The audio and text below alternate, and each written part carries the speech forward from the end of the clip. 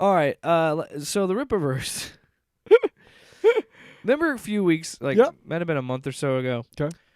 Maybe 2 months ago, we talked about Eric July possibly getting sued for the ISOM copyright. Well, it was tied to these guys, Dick Masterson. Right. And I was actually listening to that episode 110. That's the one that I was talking to you about. Yeah. Him and Vito. It's an incredibly convoluted, stupid thing. Because Dick Masterson started. This has been going on since like May. Wow. Yeah. But it's funny because it couldn't happen to a nicer guy. It's just all silly. So I will say this. I want to get this out front. What I'm about to tell you, I think people unanimously cannot leave this room. Exactly. This episode cannot be published. This episode will self-destruct. So what happens is the producer of Dick Masterson's show, named Riley, had made like a logo called Rippaverse, and the joke was it's called the Rippaverse because he was going to shave Eric July's arm hair, or shave his shoulders because he's a very hairy man. Dumb joke, dumb gag.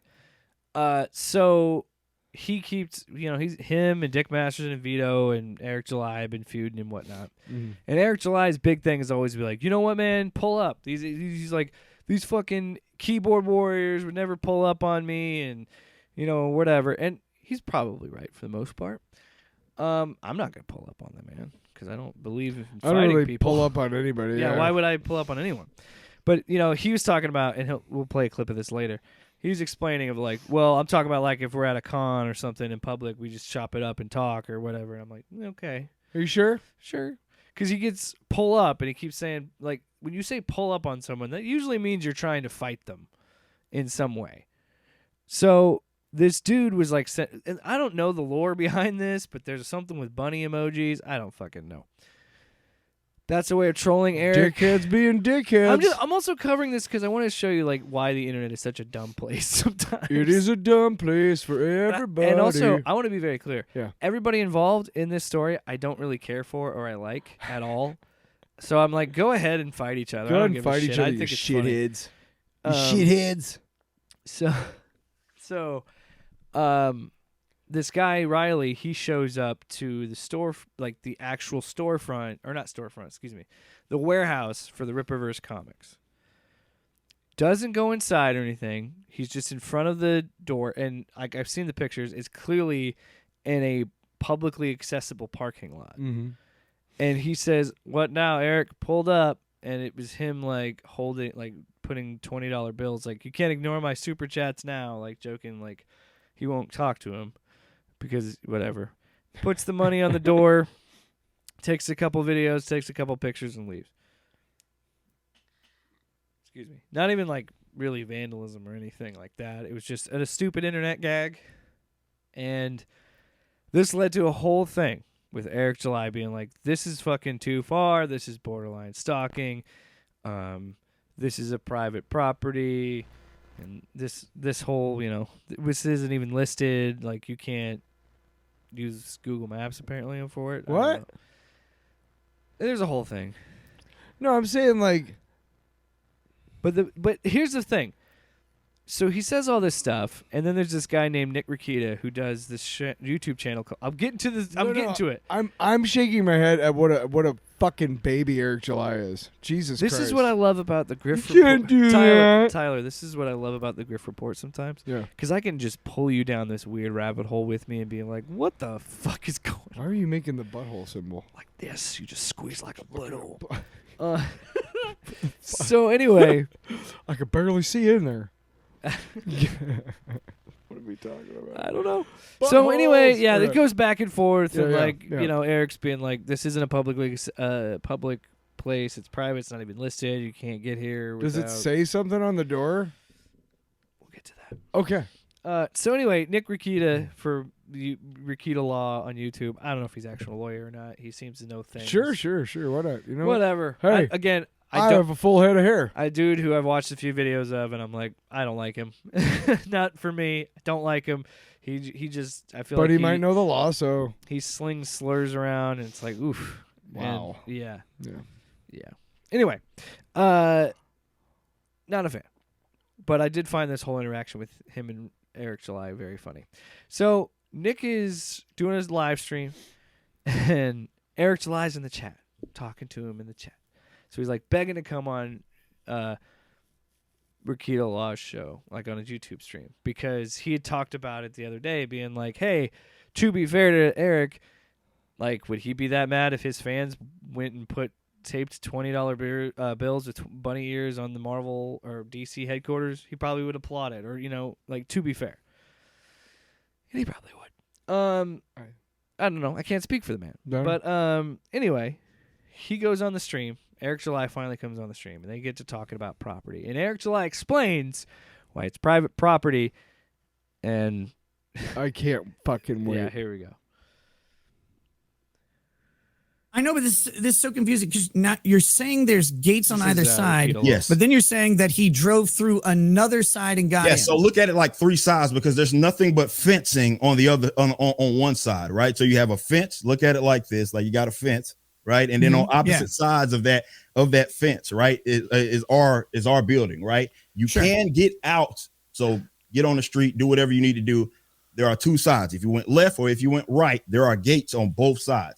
There is only one way, if you're not entering through that gate, to get into where our building is. Not everybody else's building. To get into where our building is, there's only one way to get in, not using those two gates. So there's a way to get in without using the gate. Correct. Okay, but yeah, like you see the issue there, right? That there is a publicly accessible way in without a gate. Issue as far as what? I mean, okay, so you can have, if you have 3 entrances. And what's so funny about this is Nick Rekieta likes Eric July, and like doesn't want to. Well, that's why he continues to talk to him instead of just shutting him down like you're a fucking idiot. Exactly, and that's what makes it so funny because he's trying to help him, and Eric July is too stupid to realize that this guy's trying to help him. They should have talked about this before. And dude, and I'll have a clip of it. He says, "Talk to your lawyers. Do not talk to me." Like he's trying to get him to stop. Entrances and 2 gates, and one of them is just an ungated entrance to a public road. That's not fenced in. That's not gated. Not from that side. It's not. No. That doesn't make it private. You have to put a gate on that side. You have to surround it. What does he not understand? So what he's saying is that there's 3 entrances to his property, but only one of them has no gate. Yes.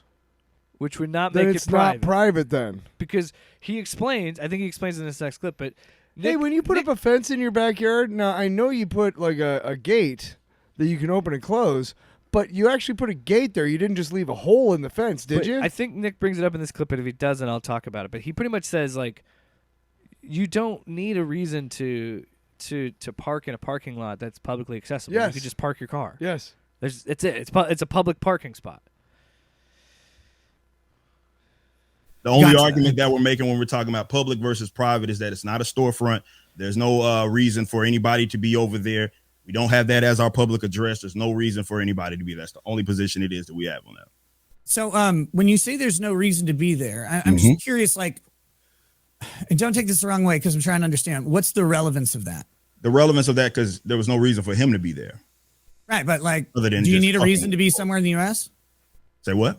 Do you need a reason to be somewhere in the United States? As far as what? I don't know. Well, I mean, the like, guy went there. All right, so I the sat in only a parking lot the other day. I didn't have a reason. I just needed a place to right. park. Okay. I know he's there. I know he's there to visit your business. Well, that's the only point it is that I'm making. This is what I mean. He doesn't realize how stupid he sounds. He thinks he's smart. Well, because he's for so long now, he's just been like double down, double down, And double people down. rewarded him for it. Right. He made all that money with He made Iceland and all shitloads. those He's not going to change now. his He sycophantic can't fans. evolve now. Yeah. Fucking idiot. And I want to be clear. No, I think he's an idiot. I want to be honest. No. Way. A psychopath showed up and he was not invited there. That's the point it is that I'm making. Is Riley? I mean, Riley's dumb, but is he a psychopath? Yeah, something like it. I like to think he's a crazy son of a bitch for sure. Are you scared of Riley? I'm just gonna say I don't. I think there might be an R slur in here. I don't know if I edited it out. No. So that's the important thing. He asked, "Were you afraid of Riley?" He said no. Also worth noting that multiple people related to Eric July, like Yellow Flash 2, I think is his YouTube, Yellow Flash on Twitter was talking about like, hey man, you pull up in Texas like that, you're gonna get shot. And Nick Rekieta released a video later explaining if you are online or you have people engaging online that are your fans or you are talking about, you pull up on something like that in Texas, you'll get shot. Without thinking that person's a threat, you're in trouble legally because that's the number one thing is you have to be in fear for your life. Right. Now, that doesn't change the fact that a lot of white people get off using that defense. Hey, I because think our justice system is fucking broken. Yeah. That doesn't change the fact that in general, Americans are too fucking trigger happy. Okay. Oh fuck yeah, dude. I don't know, but I think Colorado is a stand your ground state. Or is it Texas? Well, he's in Texas. Oh, okay. And But I'm pretty sure it's stand your ground. Are you kidding me? It's Texas. A stand your ground state means you can pretty much, if you walk onto my property, it doesn't matter if I think you're a threat or not. I can shoot you. Pretty much. And I think Colorado is too. Yeah. Anyway, moving on. So this was a long stream. This was like 2 hours. And why do you need a reason to shoot anybody coming onto your property? Just curious. It's a little ridiculous, right? What are they gonna do? Steal some shit? Oh, fuck big your deal. lawn. Fuck your driveway. But is it okay to take someone's life for some profit? No. Fuck you. Shove your stand your ground up your ass. You know what? I have no problem with you telling them to leave. Unless you have a gun pointed at me, then I think it's a fantastic law, and I would never do anything to denigrate it at all. Please don't shoot me. Yes, please don't. Would you not point that at me? If you don't have the safety on. So moving Listen, on. mostly you should not have your finger on the trigger unless you're about to fire. Can you move? Oh, now I'm dead. That's how it happens. I try to tell you to move on. Listen, I saw in movies all the time that This next bit of the live stream, again, this was like 2 hours. So I found some clips. Thank God we don't have to listen to all of it. You did though, didn't you? I listened to too much of it. Thanks, buddy. Hey. So there was also a charity promotion. This is to help us. Yeah, to help you take to these fuckers down. So there was a charity promotion that Eric July was doing that he was like selling the book at a disc item number 1 at like $17.50 or something like that. A discount still price too much to go to the company. Right. So there's a whole thing where he was talking about it and people were trying to accuse him like, hey man, these numbers don't seem to add up. I think he's committing charity fraud. And I don't know if he is or he isn't, but would you put it past him? The most funny thing again, Nick Rekieta was his friend. He's trying to help him. And he's trying to get him to not talk about this shit. But still, they have to talk about the charity shit. Which is funny because what Eric July clearly doesn't know is that the lawyers who are prosecuting him for this or whatever. So I'm here in Van Meter, Iowa at the Van Meter Visitor Festival. Excuse me, sorry. Jesus, what the fuck was... told you we're having technical difficulties. The best part, he doesn't understand that all the stuff that he says online can be used in his court case. Yeah. Against him. So anyway, here we go. Here's the charity fraud. That's why Nick is like, shut up. Charity fraud part of the episode. Yeah, again, this is amazing. I love it. Yes. The 17 that we charged. And by the way, it was not just $17. And I wish people would say that. That was not the average cost of the book. What was the average cost? The average cost, I think, came out to something closer to like $13 or so because we offered it in bundles. And in this moment, Nick is like reacting like, wait a minute, what did you just say? Because he said the cost was about 13 something, which he's saying this because he's like, you need to be exact. You can't roughly estimate numbers with charity. Let us just So the more money it is that they got, I don't know. Is there something that was confusing right there, Nick? He dropped his head. I didn't want to ask you these questions, man. Did you solicit a charitable donation for a book for $17 and the actual cost was $13? That's not what it is that I said. I'm saying that's the average. What you said. Maybe you should clarify because that's why I didn't want to ask these questions. Okay, no. I am specifically referencing. It's like you heard nothing. It was that I said. I'm specifically referencing how much on average that the customer paid for. It was not $17. Pause. Yeah, not $17. And in that moment, it's like, dude, stop. Again, Nick is trying to help him. He's like, stop. He's trying to shut the hell up because all of this is being recorded by the people who are trying to fuck you up. People are going to clip this. It's on the internet. Yes, you idiot. So and then, it's forever too. Remember, this is a follow-up to the preamble. Here we are wrapping this segment up. Remember the copyright claim. ISOM copyright claim with the International School of Ministry. Mhm. He said that Vito and Dick Masterson Sure. did it. Right. Nick asks him about it. I know, but this is so confusing because now you're saying there's gates on either side. Oh, shit, I loaded the wrong one. So No. prior to him tweeting that? No. No? No. You didn't say that he and Vito were behind that? No. I think your timeline might be off on that one, brother. No, I think your timeline might be off on that one because if you Very watch well my could video, be. I never make a all